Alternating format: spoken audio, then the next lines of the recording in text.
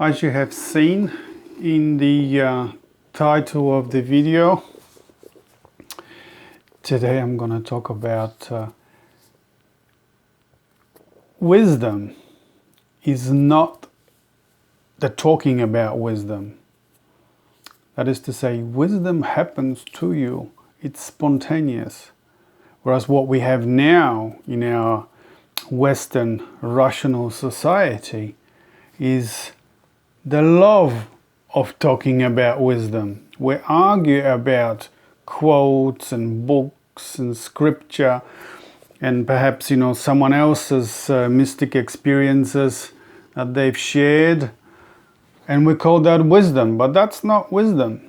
Wisdom happens to you spontaneously, like I described in my last video in a dream, like going out of the body dream that I shared with you, going into where the dead go, to afterlife, and there being shown by the Spirit that there's no divisions, there's no you and me, there's just you are as me. That's a direct experience of wisdom. Wisdom is intuitive. You stay with the question and something, and then events just roll of their own, and then something happens and bang, and you get it in an instant. There's no need to read anything. There's no need. You can, for instance, do some research because you're following the clues and so on. But the answer, what you want to know, the insight that comes to you is directly experienced, and it's just bang, you get it. It's like an image in your mind. Your mind suddenly clears and the answer is just there. That's wisdom. It's intuitive. Yeah? I'm going to read you something I wrote about this problem a few years ago.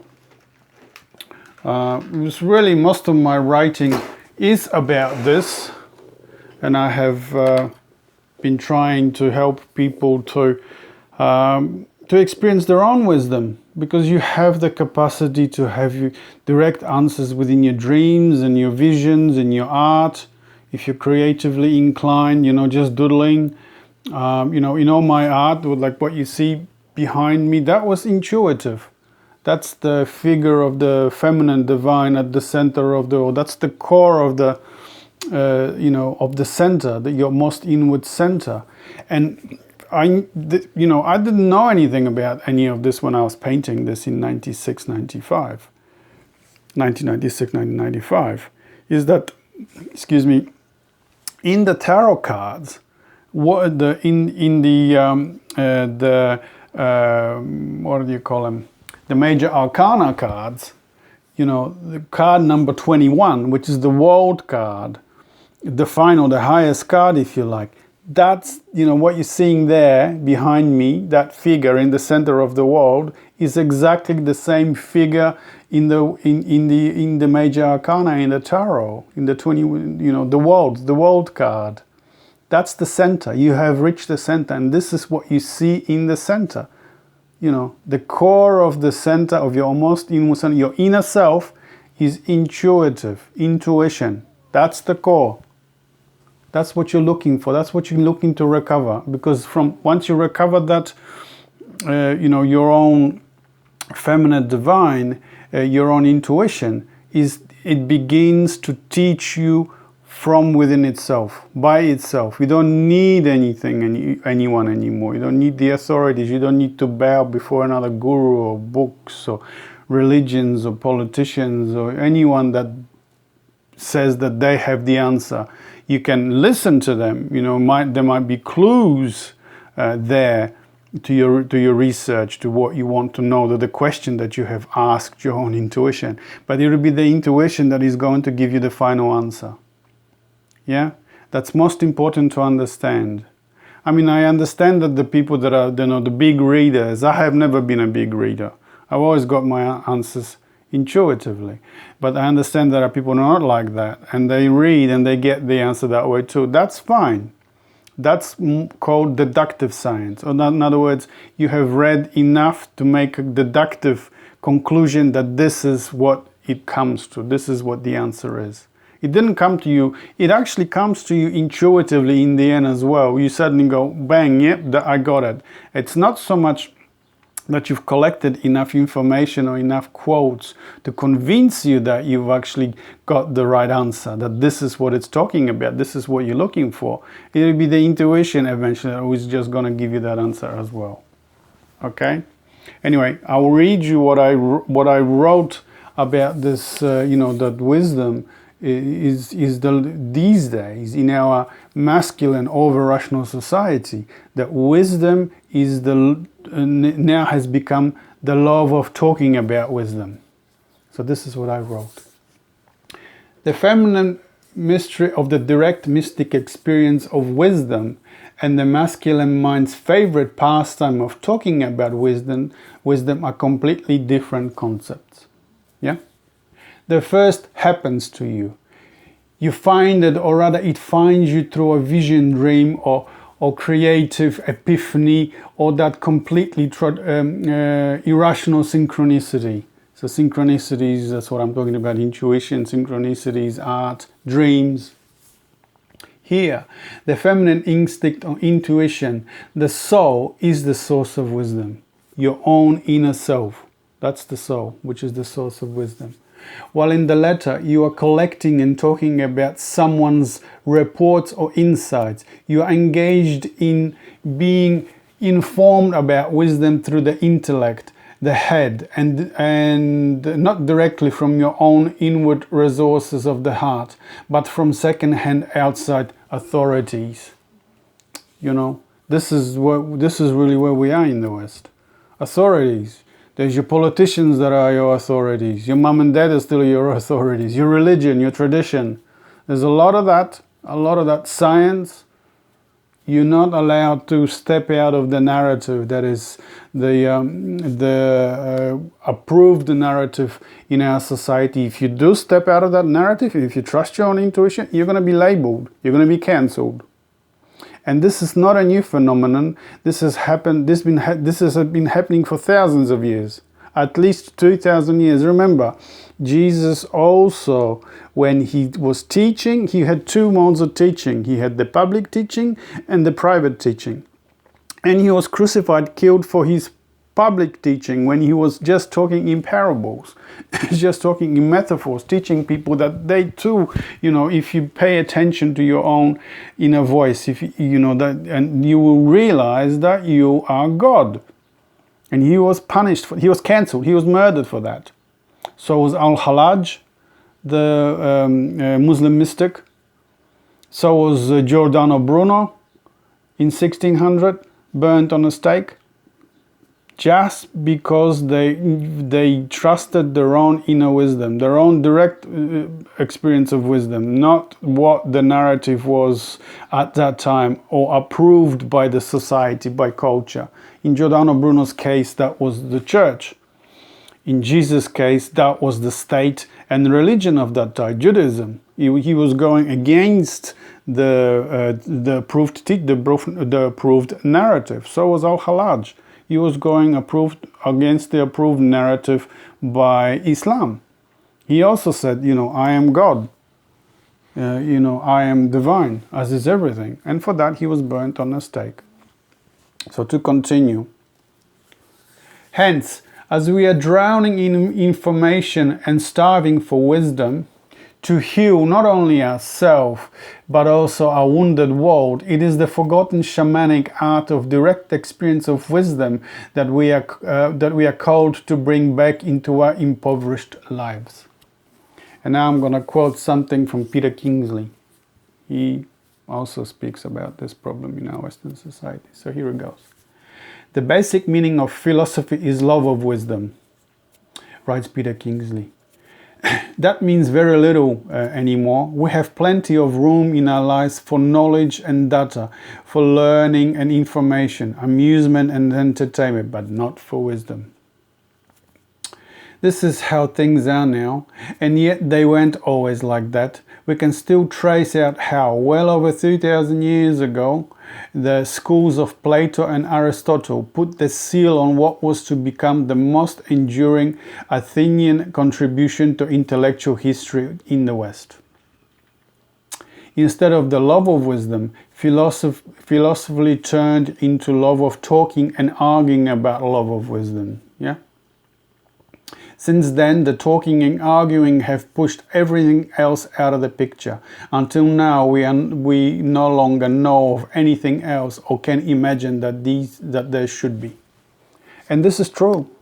And this is true in many groups, in many people that or cultures or groups, should I say, part of a culture that originally emphasized direct experience of wisdom, like Jung.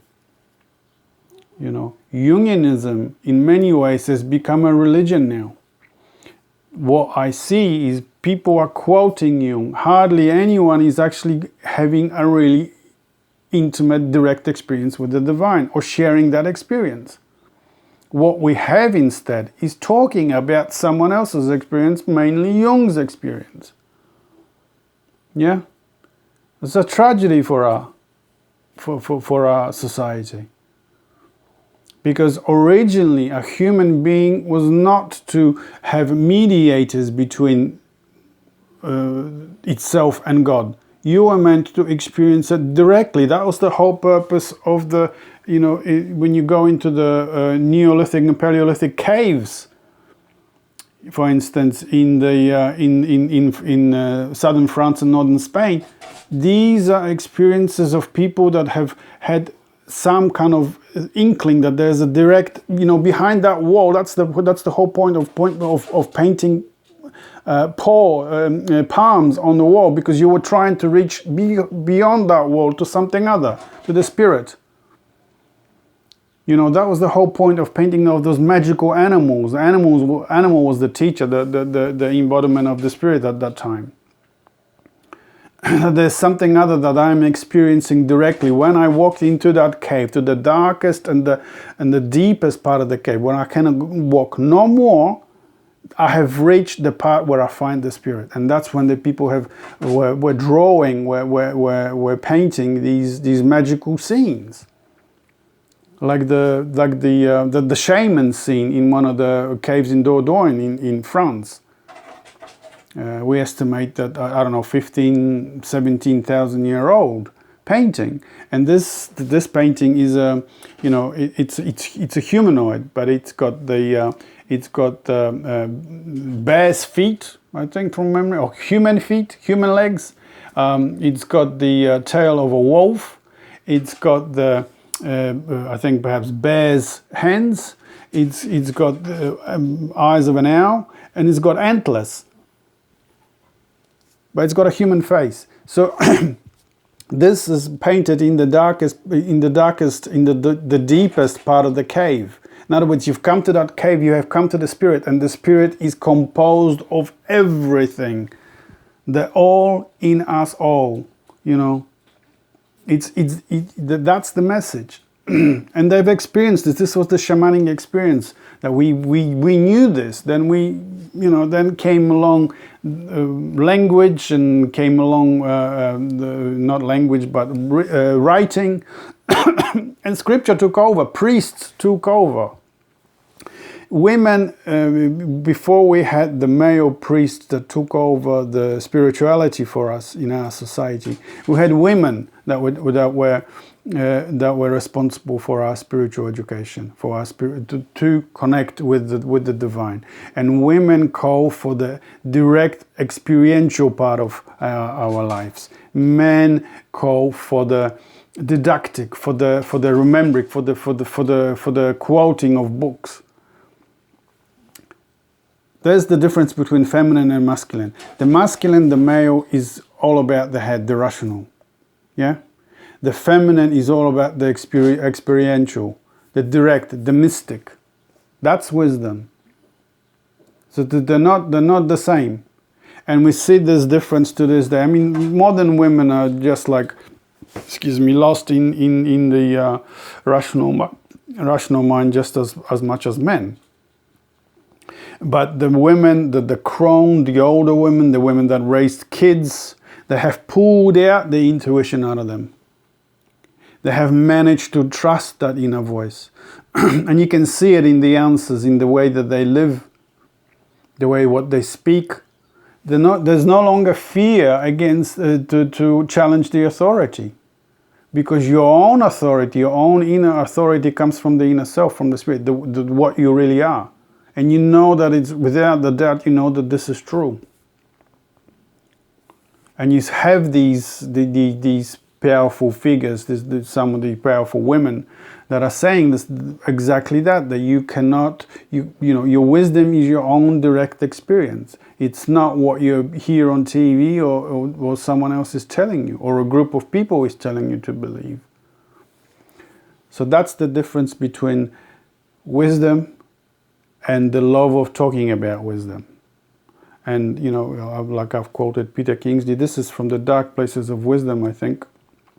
And I'll go into the poem, the famous poem of Parmenides, when he traveled to the deepest part of that cave, and where he met the inner self, the collective unconscious, if you like, the divine part, and what that divine part taught him, what it said to him to communicate to society, which is interesting as well. You know, I'll talk about that perhaps in the next video, and I'll give you the gist of what we'll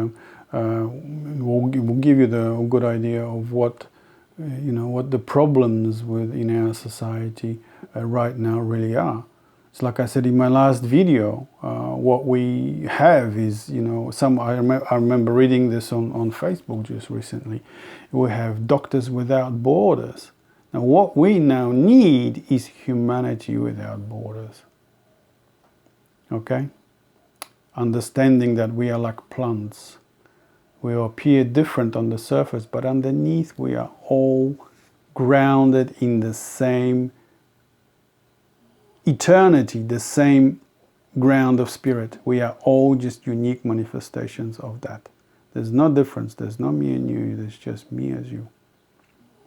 So that's true wisdom, that you're divine and so is everybody else. A unique embodiment of that mystery. So that's all I wanted to talk to you today. Until next time, thank you for listening, and I'll see you. Bye.